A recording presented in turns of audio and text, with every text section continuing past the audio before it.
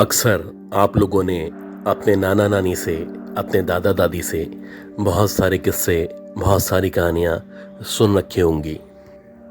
कभी कभी जब आप किसी शादी में, किसी प्रोग्राम में गैदर हुआ करते हैं तो आप सब कज़न्स भी एक दूसरे को बहुत सारे किस्से, बहुत सारी कहानियाँ सुनाया करते हैं। ये जो कहानियाँ होती हैं इनमें आमतौर पे 90% जिनों की, चुड़ैलों की, डायन की या फिर प्रेत की बातें डिस्कस की जाती हैं। लेकिन जो कहानी आज मैं आपको सुनाने वाला हूँ वो सुनने के बाद यकीनन आपके होश उड़ जाएंगे। ये कहानी मैंने एक पब्लिक प्लेटफॉर्म पे सुनी थी और ये वाकया अमेरिका के एक सोल्जर के साथ 1990 में यानी कि 1990 में पेश आया था। हर मुल्क में मुख्तलिफ सिक्योरिटी फोर्सेस हुआ करती हैं और उनका काम लोगों की मदद करना या सिक्योरिटी को यकीनी बनाना हुआ करता है। वैसे ही रोमन भी 1990 में अमेरिकन फौज में जॉब किया करता था। अक्सर इसकी जो पोस्टिंग थी मुख्तलिफ इलाकों में, मुख्तलिफ जगहों पे की जाती थी। लेकिन इस बार जहां उसकी पोस्टिंग की जा रही थी वो बुनियादी तौर पे एक जंगल था, एक बहुत घना जंगल जो कि तकरीबन 500 माइल्स तक मौजूद था। वहां पे जाने से पहले इसके साथियों ने इसको खबरदार कर दिया था कि कोशिश करना रात के वक्त में बाहर ना निकलो और अगर मजबूरन बाहर निकलना भी पड़ जाए तो कोशिश करना अपने पास असला रखो। खैर मुख्तलिफ कंप्लेंट्स थी जो इन लोगों को मिला करती थी और 1990 जून के अंदर एक कंप्लेन इनको मौसूल हुई। उस कंप्लेन के मुताबिक इस फॉरेस्ट के बीच में यानी जो एक रोड गुजरा करता था वहां पे एक ट्रक का एक्सीडेंट हो चुका था। रोमन को कहा गया कि फौरन वो अपनी टीम के हमरा वहां पे पहुंचे और अगर लोगों को फर्स्ट एड की या मदद की ज़रूरत है तो वो फराहम करे। अच्छी बात यह थी कि जब रोमन वहां पे पहुंचा तो वहां पे किसी का जाने नुकसान नहीं हुआ था। हाँ, ट्रक क्योंकि एक दरख्त से टकरा चुका था तो उसमें जो भी सामान मौजूद था वो सारा का सारा ज़मीन पे या जंगल में बिखर गया था। बेसिकली इस ट्रक के अंदर बहुत सारी मेडिसिन्स मौजूद थी और ये जो मेडिसिन्स थी ये बहुत ही इंपॉर्टेंट मेडिसिन्स थी जो कि जान बचाने के लिए इस्तेमाल की जाती थी। जब रोमन वहां पे पहुंचा तो उसने देखा कि जो ट्रक ड्राइवर है वो हल्का सा जख्मी है और जितना भी सामान है वो जंगल के अंदर बिखरा हुआ है। रोमन के पास टोटल 4 सोल्जर्स मौजूद थे जिनमें से 2 सोल्जर्स के हमरा और एक गाड़ी के हमरा उसने उस ट्रक ड्राइवर को फर्स्ट एड के लिए किसी शहर की तरफ या अस्पताल की तरफ रवाना किया। अब इनके जाने के बाद वहां पे ट्रक मौजूद था, सामान बिखरा हुआ था, रोमन के साथ एक और सिपाही मौजूद था और अच्छी बात यह थी कि अपने साथ एक कुत्ता भी रखा करते थे। खैर रोमन ने वो जो सामान था उसको समेटना शुरू किया और उसकी पूरी कोशिश थी जितना सामान रात में हो सकता है वो समेट सकें और बाकी का जो भी सामान है वो दिन के औकात में समेट दिया जाएगा। रात के तकरीबन 1 बजे से इन लोगों ने काम करना शुरू किया और बिलाखिर काम करते करते रात के तकरीबन 2 या 3 बज चुके थे। ये लोग एक ऐसी जगह पे मौजूद थे जो कि डीप फॉरेस्ट था, चारों तरफ जंगल ही जंगल थे और मुसलसल इन जंगलों से मुख्तलिफ जानवरों की ये कुछ अजीब सी आवाजें सुनाई दे रही थी। एक अजीब खौफनाक सा माहौल था जो चारों तरफ मौजूद था और उसके बाद ये जो आवाजें आ रही थी ये इनके खौफ में मजीद इजाफा कर रही थी। जैसे जैसे रात गहरी होती चली जा रही थी वैसे वैसे सर्दी का जो एहसास था वो बढ़ता चला जा रहा था। खैर रोमन ने वहां पे अपने सिपाही के हमरा बहुत सारी लकड़ियां जमा की, उनमें आग लगाई और कुछ देर के लिए अपने आप को सेकने के लिए ये दोनों बैठ गए। इनके साथ साथ करीब में इनका जो कुत्ता था वो भी मौजूद था और कुछ देर के बाद इस कुत्ते ने जंगल की तरफ देख के अजीब से तरीके से भौंकना शुरू कर दिया। आमतौर पे कुत्ते जब भौंका करते हैं तो उसका मतलब ये होता है कि उनको कोई खतरा महसूस हो रहा है या कोई मुसीबत है जो आने वाली है। कुछ देर तक रोमन ने उस कुत्ते के भौंकने को इग्नोर किया, लेकिन जब मुसलसल कुत्ता एक तरफ देख के भौंकता चला जा रहा था तो रोमन ने अपने सिपाही को कहा कि तुम यहीं बैठो, इस कुत्ते के हमरा, इस सामान की हिफाजत करो, मैं जरा उस तरफ से देख के आता हूं कि आखिर कौन है जो वहां पे मौजूद है। एक राइफल इसके पास मौजूद थी और राइफल के साथ साथ एक टॉर्च लाइट थी जो अपने साथ लेके ये जंगल की तरफ रवाना हुआ। जैसे जैसे ये मजीद आगे बढ़ रहा था वैसे वैसे इसको जंगल के अंदर पेड़ों में मूवमेंट महसूस हो रही थी। इसको ऐसा लग रहा था जैसे कोई है जो मुसलसल आगे बढ़ता चला जा रहा है या कोई चाहता है कि ये आगे बढ़ता चला जाए। तकरीबन 15 मिनट तक जंगल के अंदर चलने के बाद रोमन को बिला आखिर दो चमकती हुई आंखें दिखाई दी।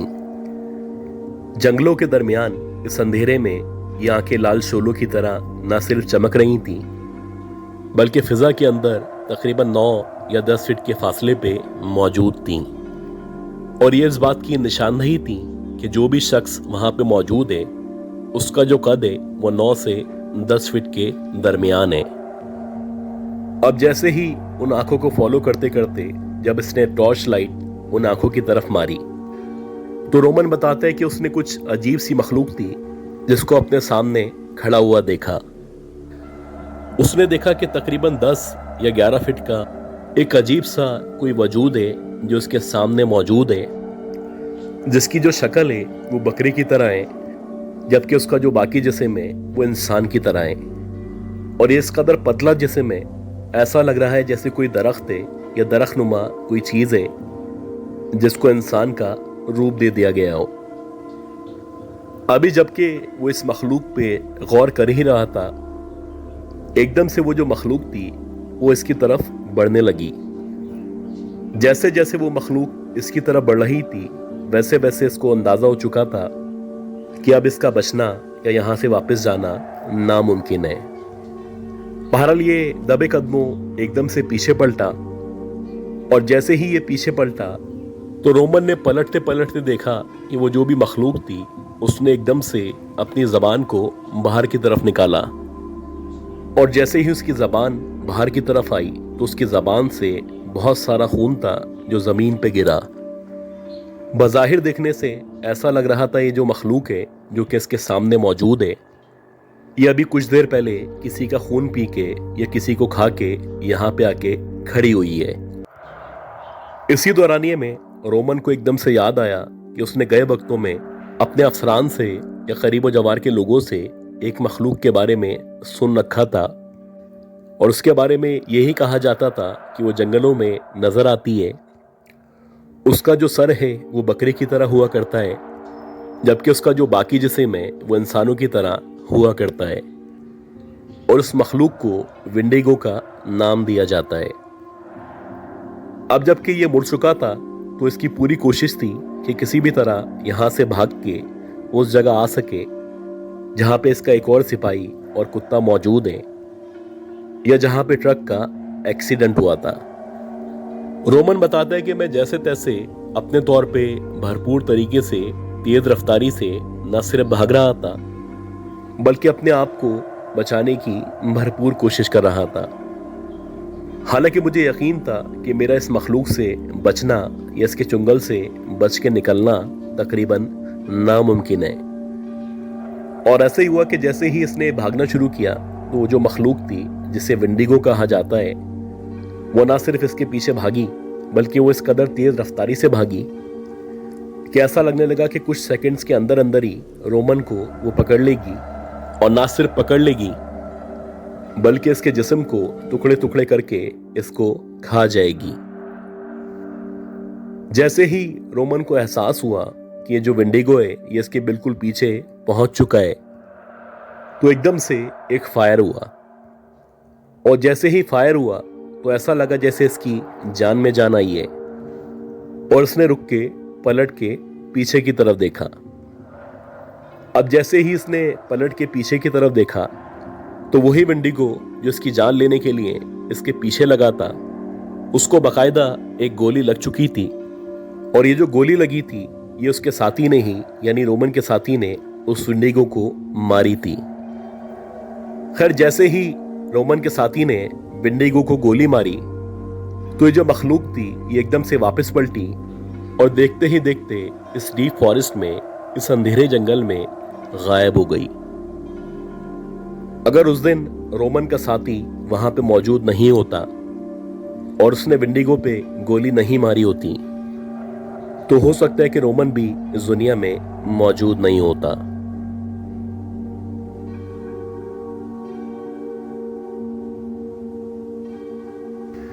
जॉनसन को बचपन से ही जंगलों में जाने का, एक्सप्लोर करने का या हाइकिंग का बहुत ज़्यादा शौक था। जब ये छोटा सा था तो इसके जो पेरेंट्स थे वो इसको मना किया करते थे कि अपने दोस्तों के साथ हाइकिंग पे या ख़ास तौर पे फॉरेस्ट में जाने से परहेज किया करो। लेकिन अक्सर बच्चे वही काम किया करते हैं जिस काम से मना किया जाता है। ऐसे ही 1998 चल रहा था और जॉनसन अपने टीनेजर दोस्तों के साथ एक प्लान कर चुका था। और ये जो प्लान था वो इस तरह का प्लान था कि ये 4 दोस्त गाड़ी लेके डीप फॉरेस्ट में निकल जाएंगे। इनको नहीं पता था कि फॉरेस्ट के अंदर जाने के बाद क्या करना है, लेकिन इन्होंने ये डिसाइड किया था कि फॉरेस्ट के अंदर चलते चले जाएंगे और तकरीबन 1 या 2 दिन उन जंगलों में गुजारेंगे। ये लोग नई नई चीज़ों को, नई नई मखलूक़ात को या नई नई बातों को एक्सप्लोर करना चाहते थे। लेकिन कभी कभी आप ऐसी गलती कर बैठते हैं जिसका खमियाजा आपको जिंदगी भर भुगतना होता है। ऐसे ही हुआ कि जब जॉनसन ने अपने दोस्तों के साथ इस ट्रिप पे जाने का प्रोग्राम बनाया तो उसके साथ वो होने वाला था जिसका अफसोस इसे सारी जिंदगी रहेगा। ये चारों दोस्त जब अपने घरों से निकले तो उस वक्त दोपहर के 1 बजे का टाइम था। तकरीबन 2 घंटे की ड्राइव करने के बाद ये लोग डीप फॉरेस्ट में दाखिल हो चुके थे। और ये जो फॉरेस्ट था इसके बारे में मशहूर था कि बहुत ज़्यादा घना और बहुत ज़्यादा ख़तरनाक जंगल है। जैसे जैसे ये लोग मज़ीद आगे बढ़ते चले जा रहे थे वैसे वैसे इनको लगने लगा था कि जैसे जैसे ये आगे बढ़ रहे हैं, आगे की तरफ जो रास्ता है वो ना सिर्फ बंद होता चला जा रहा है बल्कि एक ऐसी जगह पे पहुंचने वाले हैं जहां से वापसी नामुमकिन है। और ऐसे ही हुआ कि जब सनसेट हुआ तो एक ऐसी जगह मौजूद थे जहां पे आगे जाके रोड खत्म हो चुका था। अब अगर ये लोग वापस जाना भी चाहते तो इतनी रात में वापस जाना या उस रास्ते को फॉलो करना तकरीबन नामुमकिन था। अब क्योंकि ये लोग इसी प्लान से निकले थे कि जंगल में रात गुजारेंगे, वहां पे एंजॉय करेंगे और जो भी बेसिक सामान था ये सारा का सारा इनके पास मौजूद था। खैर, इन लोगों ने जंगल के अंदर ही उस रोड के साथ अपनी गाड़ी को पार्क किया और बारी बारी जो भी सामान था उस सामान को निकाल के बाहर रखने लगे। जैसे जैसे रात हो रही थी वैसे वैसे सर्दी की शिद्दत में इजाफा हो रहा था और ना सिर्फ सर्दी बढ़ती चली जा रही थी, मुसलसल करीबो जवार से जंगली जानवरों की, खास तौर पे गीदड़ों की आवाजें आ रही थी।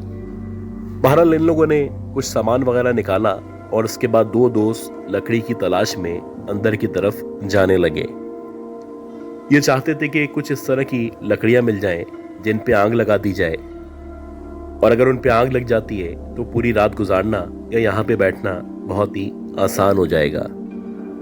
तकरीबन 15 से 20 मिनट के बाद ये जो 2 दोस्त थे ये दोनों लकड़ियां लेके वापस उसी पॉइंट पे आ गए और इनकी गाड़ी से या जहाँ पे ये लोग बैठे हुए थे उससे तकरीबन 10 फीट के फासले पे इन लोगों ने वहां पे आग लगा दी।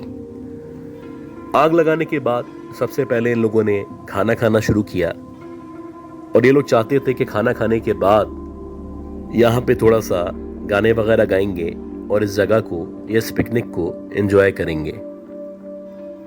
अभी जबकि ये लोग खाना खा रहे थे तो इनको ऐसा लगने लगा कि करीबो जवार में जो जंगल मौजूद है वहां पे एकदम से कोई मूवमेंट सी महसूस हो रही है और बाज़ाहिर ऐसा लग रहा है जैसे इनके करीब कोई मौजूद है जो मुसलसल ना सिर्फ इनको देख रहा है बल्कि कभी वो लेफ्ट साइड पे जाता है कभी वो राइट साइड पे जाता है, और जैसे ही वो अपनी जगह तब्दील करता है तो मुसलसल इन लोगों को दरख्तों के हिलने की या मूवमेंट की आवाज़ महसूस होती है।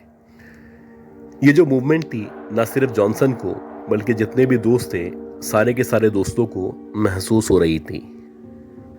शुरू में सारे के सारे दोस्त बड़ी बहादुरी का मुजाहिरा कर रहे थे और ये लोग नहीं चाहते थे कि किसी का भी हौसला कम हो या किसी को भी डर लगे। लेकिन जैसे जैसे ये जो मूवमेंट थी बढ़ती चली जा रही थी और अब बाकायदा लगने लगा था जैसे कि इनके बिल्कुल बहुत ही करीब कोई मौजूद है, तो जॉनसन ने अपने एक दोस्त को अपने हमरा लिया और जिन लकड़ियों में आग लगी हुई थी एक लकड़ी उठाई और उस तरफ चलना शुरू किया जहां पे मूवमेंट महसूस हो रही थी। जैसे जैसे ये आगे बढ़ रहे थे वैसे वैसे ऐसा लग रहा था कि जो भी इन दरख्तों के पीछे छुपा हुआ है या जो भी इनको तंग करना चाह रहा है या जो इनके करीब जवार में मौजूद है ये मजीद आगे बढ़ता चला जा रहा है। इसी तरह उसको फॉलो करते करते ये लोग तकरीबन 15 से 20 मिनट के फासले पे आ चुके थे और अब ये एक ऐसी जगह पे मौजूद थे जहां से आगे एक बहुत बड़ी सी खाई मौजूद थी। अब ये लोग परेशान होने लगे कि हम तो बाकायदा आवाज को सही तरह से फॉलो कर रहे हैं और उसको फॉलो करते करते हम यहाँ पे पहुंचे हैं, लेकिन यहाँ पे तो कोई भी मौजूद नहीं है। हाँ, एक खाई है जो सामने मौजूद है और ऐसा कैसे हो सकता है कि जो भी हमें तंग कर रहा है या हमें अपनी प्रेजेंस शो कर रहा है वो खाई के अंदर कूद जाए। अभी जबकि ये अपने तौर पे आगे पीछे का जायजा ले रहे थे तो इसी दौरानिये में जॉनसन की जो नजर थी वो एकदम से एक दरख्त के ऊपर पड़ी। पहले ऐसा लगा शायद कोई दरख्त है, लेकिन जब जॉनसन ने आग वाली लकड़ी को उस तरफ किया तो जॉनसन ने अपने साथी के हमरा देखा तो इन्होंने देखा कि एक 9 या 10 फीट की अजीब सी मखलूक है जो दरख्तों के दरमियान खड़ी हुई है और बज़ाहिर देखने से ऐसा लग रहा है जैसे उसके जिस्म पे बहुत सारे पत्ते चिपके हुए हैं या पत्ते मौजूद हैं, जबकि उसकी जो शक्ल है किसी जानवर की तरह है, जैसे कि आमतौर पे घोड़े की शक्ल हुआ करती है, लेकिन उसके जो हाथ पैर हैं वो बाकायदा बहुत लंबे लंबे हाथ पैर हैं।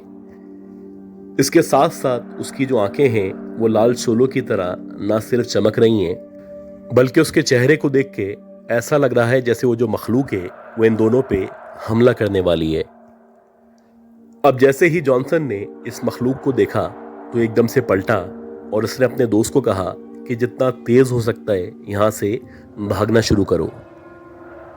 ये जैसे तैसे गिरते पड़ते बिलाखिर उस पॉइंट पे पहुंचे जिस पॉइंट पे इनके दोस्त और गाड़ी मौजूद थी। लेकिन जब जॉनसन वहां पे पहुंचा तो उसके सामने एक अजीब मंजर मौजूद था। इसके जो बाकी 2 दोस्त थे जो कि यहीं पे मौजूद थे, जो इसके साथ नहीं गए थे, उन दोनों की बॉडीज वहां पे पड़ी हुई थी और बज़ाहिर देखने से ऐसा लग रहा था जैसे उन दोनों के जिस्मों को किसी भेड़िए ने या किसी जंगली जानवर ने नोच नोच के खा लिया है। अब जैसे ही जॉनसन ने यह सब देखा तो उसको यकीन हो चला था कि वही मखलूक जो अभी कुछ देर पहले इन दोनों को नजर आई थी उस मखलूक ने ही इसके दोस्तों को खा लिया है। कुछ देर तक तो इनके दिमाग ने काम करना छोड़ दिया था, लेकिन जैसे ही इनके होश बहाल हुए, इनके सेंसेस बहाल हुए, तो ये दोनों ना सिर्फ गाड़ी में बैठे बल्कि गाड़ी को शहर की तरफ दौड़ाना शुरू कर दिया। ये जो सफर था जो कि कुछ घंटों पे मुश्तमिल था, ये जॉनसन की जिंदगी का सबसे खतरनाक तरीन सफर था। और जब ये मेन सिटी में पहुंचा तो वहां जाके इसने पुलिस को ना सिर्फ इन्फॉर्म किया बल्कि उस विंडिगो या उस मखलूक का भी जिक्र किया जो उसको वहां पे नजर आई थी। और वहां जो पुलिस मौजूद थी उसका भी यही कहना था, बल्कि उन्होंने एडमिट किया था कि इस घने जंगल में बहुत सारे विंडिगोज मौजूद हैं।